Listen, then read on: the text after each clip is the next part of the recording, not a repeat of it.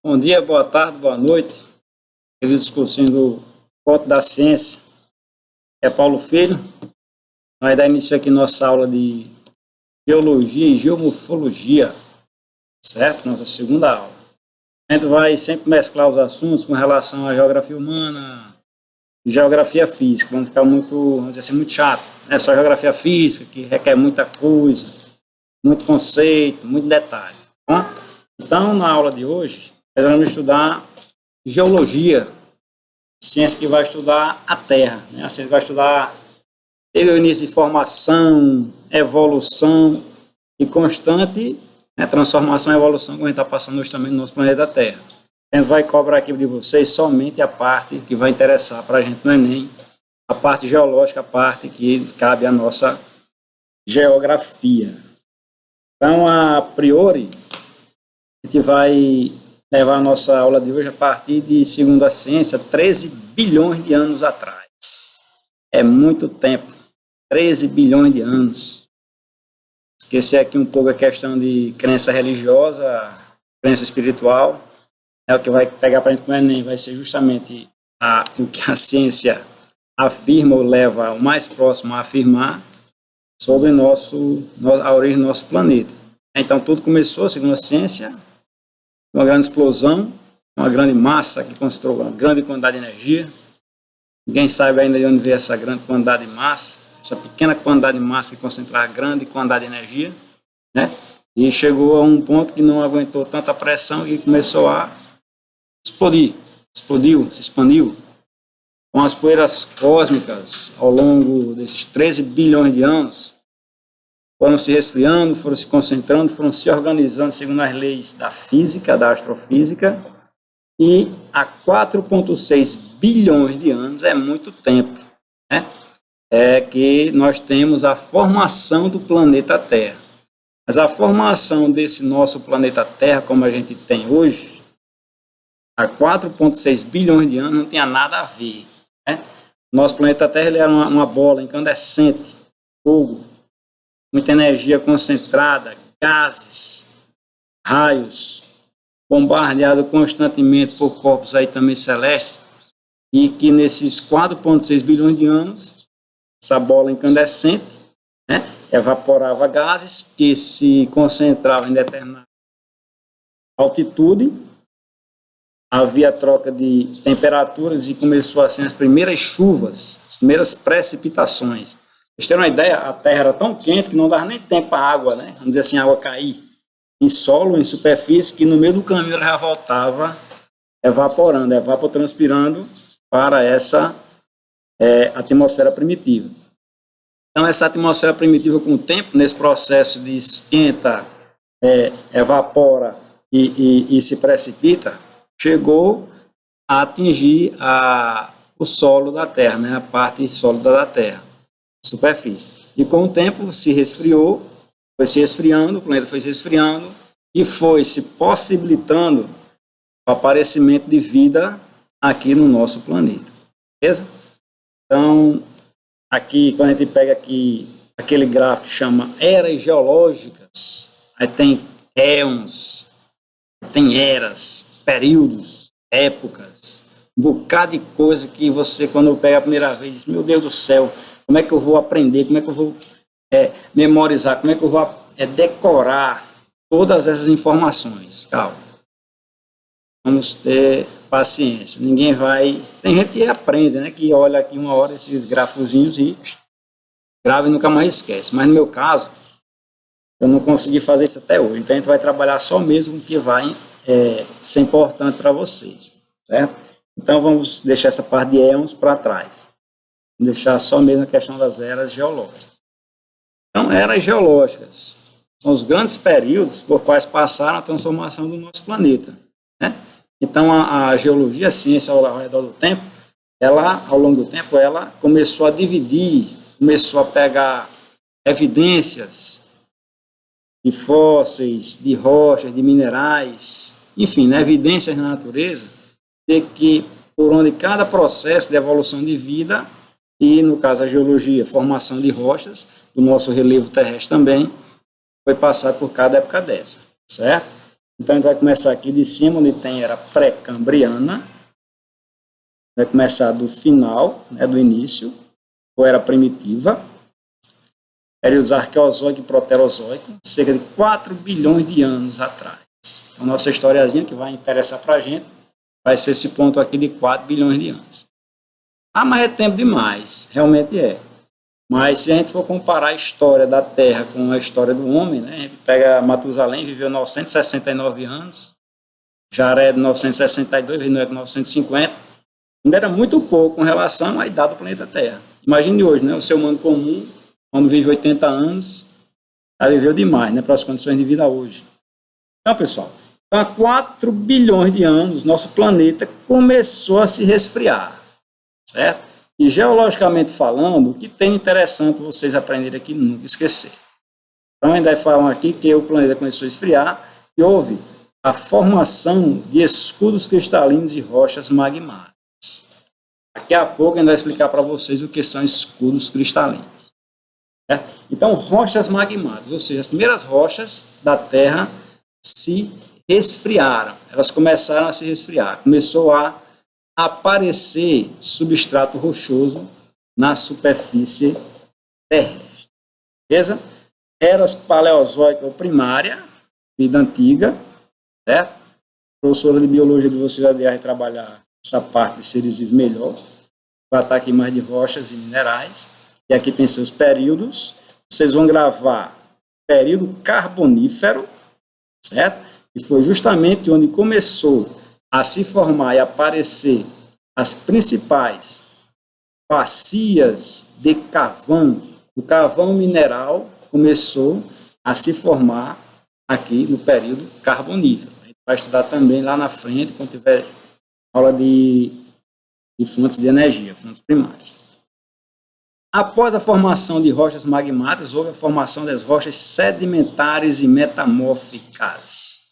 Isso aqui é para vocês gravarem também, que daqui a pouco a gente vai explicar o que são essas rochas, certo? Então, até aqui, o que tem para vocês aprenderem para o Enem é isso aqui, beleza? Na era mesozoica, na meia-vida da formação do planeta Terra, 170 milhões de anos, o que tem interessante economicamente, geologicamente para a gente? Período Cretáceo, logo após o final da época, né, dos dinossauros, período Jurássico. Geologicamente, houve a fragmentação da Pangea Laurase Gondwana. A gente vai ver isso aqui também daqui a pouquinho. Então, o nosso planeta Terra, os continentes que a gente vê hoje, né, América de um lado, a África ali no centro, Oceania, lá no leste, Ásia, Europa, Círculo Polar Ártico, a Antártida, tudo do jeito que estão os continentes, começou a se formar há cerca de 170 milhões de anos. A partir daqui, geologicamente falando, é o que vai servir de interesse para vocês no Enem. Formação de bacias sedimentares aqui no Brasil, Paranaica, Planaltos. E como eu falei, no período Cretáceo, economicamente falando, formou as jazidas de petróleo. Não esqueça, período carbonífero era paleozoica, carvão mineral. Na era geológica da Mesozoica, na minha vida, período Cretáceo, formação do petróleo. Vamos trabalhar isso aqui também daqui a pouquinho na frente. Por última, era geológica, a Cenozoica, vida atual, que é dividida em período terciário e período quaternário. No período terciário, geologicamente falando, vocês vão fazer associação direta com os dobramentos modernos. Há cerca de 60 a 70 milhões de anos, o movimento de placas tectônicas, as grandes cadeias de montanhas que a gente tem hoje no globo. E na América do Sul nós temos o Cordilheira dos Andes, a América do Norte tem mais rochosas. Entre a África e a Europa, no norte nós temos os Alpes, na Europa, o Atlas no norte da África, né? O Himalaia, ali no subcontinente indiano, com o sudoeste asiático. Então, pronto. Era Cenozoica, período terciário, formação das altas, das altíssimas, elevadíssimas cadeias de montanhas rochosas. Cadeias de montanha, desculpa. Chamado de dobramentos modernos. Vem. Também aqui, pessoal, na era Cenozoica, no período terciário, já passando para o quaternário, nós temos aqui nossos continentes, nossa disposição continental geográfica, como a gente vê hoje, né? Os continentes assumiram sua atual posição. A América é onde está, a África é onde é, a Europa é onde está também, por aí vai, certo? Então, o que é interessante vocês saberem aqui, terciário, dobramentos modernos, e os continentes assumiram o atual contorno. Esse atual contorno, não esqueça, está em constante transformação. Agora, logicamente, pelo tempo geológico, é algo em torno de milhões e milhões e milhões. Certo? No período quaternário, mais ou menos há 1 milhão de anos para cá, aí apareceu o homem. Foi? Bicho homem, apareceu a gente. Período quaternário. Tem alguns autores que estão colocando uma nova era geológica, a era antropozoica. A letra é ruim, mas vocês vão entender. Antropozoica, né? Antropos, de homem, zoica, vida. Então, a vida do homem. Vocês terem uma ideia, segundo a ciência, o homem moderno, né, de 100 mil anos para cá, ele já mexeu mais no planeta do que esses 4,5,9 bilhões de anos que a natureza todinha pelejou para deixar a Terra como ela é hoje. Né? Então, em 100 mil anos para cá, por exemplo, a própria natureza no geral, a atmosfera já mudou 10 vezes mais do que a atmosfera criada pela natureza no período de formação da Terra. Então, essa nova era que estão estudando, não foi colocada ainda oficialmente falando pela geologia, certo? Pelos estudiosos. Eles estão estudando para tentarem colocar essa era antropozoica, que fica após esse período quaternário, certo? Então, se isso for unanimamente aceito, nós temos a era geológica do pré-cambriano, a paleozoica, a mesozoica, a cenozoica e a antropozoica. Mas especificamente, Paulo Filho, a partir de onde mesmo foi que o homem começou a ganhar um status tão interessante assim para ganhar um nome na era geológica? A partir, pessoal, da primeira revolução industrial na Inglaterra. Não esqueça. Primeira revolução industrial. Você não está nem com 300 anos e o homem modificou em 300 anos o planeta de uma forma que em 4,5 bilhões de anos a natureza pelejou para deixar do jeito que está. Então, a era antropozoica, futuramente, creio eu que vai entrar aqui na escala geológica do nosso planeta Terra, certo? Aqui tem outra tabelinha, e quem achar melhor estudar por ela, eu deixei aqui à vontade, só para vocês verem também. Quem achar por melhor estudar por essa daqui também pode ficar à vontade, certo? Só mesmo questão de maneira de estudo. Beleza. A Terra esfriou. Será? Eu acho que não. Então, pessoal, para a gente começar a estudar a geologia, a gente tem que saber como foi que tudo começou, né? Então, a gente vai estudar a geologia, onde a gente está aqui, na superfície, né, na crosta terrestre, até o seu interior ou núcleo. Então, no ano de 1971, o homem não conhecia praticamente nada do que estava abaixo do nosso solo. Lógico, a grandes profundidades. Então, na Rússia, cidade de Kola, eles começaram a criar umas máquinas para perfurar a superfície terrestre. O objetivo era chegar até o centro da Terra mesmo. Só que o máximo que eles conseguiram foi nem 13 quilômetros de escavação.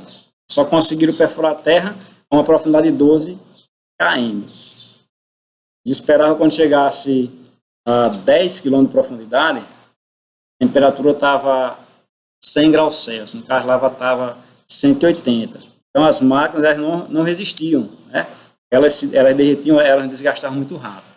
Então o homem ficou só na vontade de conhecer ao vivo o centro da Terra. Então tudo hoje que a gente sabe pela ciência é por conotação científica, é por estudos de sondas, é por estudos de vibrações sísmicas que o nosso núcleo nosso manto e a nossa crosta vão emitir até a nossa tecnologia moderna de hoje, certo?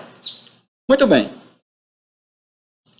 Quando a gente estuda a estrutura interna do nosso planeta, tem duas coisinhas aqui bem chatinhas, mas que dá para vocês pegarem. A gente vai pedir, aliás, o Enem pode pedir o estudo do nosso planeta baseado na composição química das camadas ou a partir do comportamento mecânico dos materiais. Quando falar em composição química, os tipos de minerais que vão estar mais presentes nas camadas da Terra. Beleza. Quando falar nesse comportamento mecânico, vocês associem para a densidade desses materiais. Ou seja, os materiais mais pesados, logicamente, vão, vamos dizer assim, afundar, vão de encontro ao núcleo, né? Os mais leves, logicamente, vão ficar na superfície. Certo? Beleza? Então, para não misturar muito a cabecinha de vocês, vamos aqui, pessoal. Vamos esquecer esse lado aqui do comportamento mecânico, vamos estudar primeiro somente a composição química das camadas da Terra. Beleza? Então, quimicamente falando, nós vamos dividir a Terra em crosta terrestre, essa partezinha superficial onde a gente habita, né? As partes emersas e também as submersas do globo. Então, as partes emersas, ou seja, aquelas partes que estão acima do nível do mar, chamamos de crosta continental, certo? As partes que estão cobertas pelo oceano, crosta oceânica. A crosta continental, ela vai ser chamada de cima. Desculpa, isso aqui. A crosta continental vai ser chamada de cial. Composição química, basicamente, dos minerais, chamada de silício com alumínio. Certo? A crosta oceânica tem a composição mais de silício com magnésio. A gente sabe que o símbolo do magnésio é Mg, mas só para ficar melhor para você, não colocou o Ma. Então, a crosta continental, parte emersa, cial. Conhecida como cial, silício mais alumínio. A crosta oceânica, mais densa, cima, silício mais magnésio. A crosta continental ela vai ser composta geologicamente por rochas do tipo granito, rochas graníticas. A crostas oceânicas, rochas do tipo de basalto. Essa é a primeira camada da Terra, segundo a composição química delas. Vem até aqui, tá? Pronto. Então, as sondas que foram feitas, né, do decorrer da história, foram vendo que, por exemplo, a camada primeira, mais externa, a crosta, ela tinha composição mineralógica e química diferente cada vez mais que ia adentrando no interior do nosso planeta. Certo? Então, houve essa área de transição, chamada área de Mohorovic. Depois eu escrevo para vocês. Mohorovic. Mais ou menos assim o nome dele. Ele era um geólogo croata que descobriu essa descontinuidade. Certo? Então, ela ficava aqui nessa área de transição entre a crosta terrestre e o manto. O manto ele é dividido em manto superior e manto inferior. Toda essa areazinha aqui. Certo? Então, o manto ele vai compor 82% do volume da crosta terrestre, certo? Vai perfazer a massa 68% assim, do peso, né? Da massa do nosso planeta. Então, o manto ele é dividido em manto superior, material pastoso, magma mesmo, aquele material que sai do vulcão, e o manto inferior, também magma, mas no estado solidificado. Quando você desce mais, tem outra areazinha aqui, chamada área de transição ou delimitação de Gutenberg.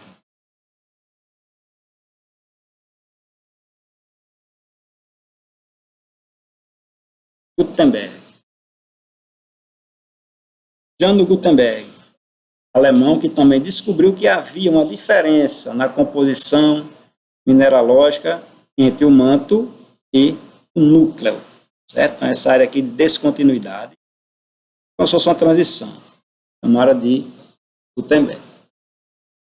E temos aqui, por última parte, da composição química da Terra, um núcleo, que por sua vez é externo, que é um núcleo líquido, e o núcleo interno, que é por sua vez sólido. O núcleo interno, ele é conhecido por NiF, certo? Ele é composto solidamente, né, por NiF, níquel e ferro. O núcleo externo, ele tem a composição química entre silício e ferro, chamada de CIF. Então, terceira camada da Terra, segundo a estrutura química, núcleo externo, líquido, chamado de CIF, silício e ferro, e o núcleo interno, sólido, chamado de NiF. Beleza? Beleza. Vamos agora para o comportamento estrutural da Terra segundo a questão física, a questão mecânica dos materiais, ou seja, segundo a sua densidade. Entendeu que, quimicamente falando, dividimos a Terra em crosta, manto, núcleo. Fisicamente, mecanicamente, densamente falando, a gente divide a Terra em litosfera, astenosfera, mesosfera e núcleo. Externo, interno, que vão formar a endosfera. Litosfera, astenosfera, mesosfera e endosfera. Beleza? Então, praticamente isso aqui é o básico. O básico, cheio de detalhes, vocês vão precisar saber para responder qualquer questão do Enem que envolva a estrutura interna da Terra, certo? Então, quimicamente falando, crosta terrestre, manto, núcleo. Mecanicamente falando, segundo a densidade dos materiais, litosfera, vai pegar tanto a crosta continental como a oceânica, né? Astenosfera, que é como se fosse uma areazinha de transição situada no manto superior, mesosfera, ou seja, parte do manto, menos aquela parte superior, que já vai fazer parte da astenosfera, que é como se fosse uma área de transição, né, entre a litosfera e o manto, e a endosfera, chamada de, dividido, aliás, entre núcleo externo e núcleo interno. Então, vocês observem, pessoal, que também, ao redor do tempo, o núcleo externo, ele tinha a composição diferente do núcleo interno. A gente viu que silicatos ferruginosos iam prevalecer aqui no núcleo externo, ele era líquido, e o núcleo interno, né, o coração, a pulsão do nosso planeta, extremamente sólido e composto por níquel e ferro, chamado de NiF. Então, entre o núcleo externo e o núcleo interno, tem uma areazinha de transição, zona de transição. Também foi descoberta essa diferença, chamada de descontinuidade de Lyman. Inger Lyman era uma geóloga, né, uma cientista dinamarquesa. Beleza?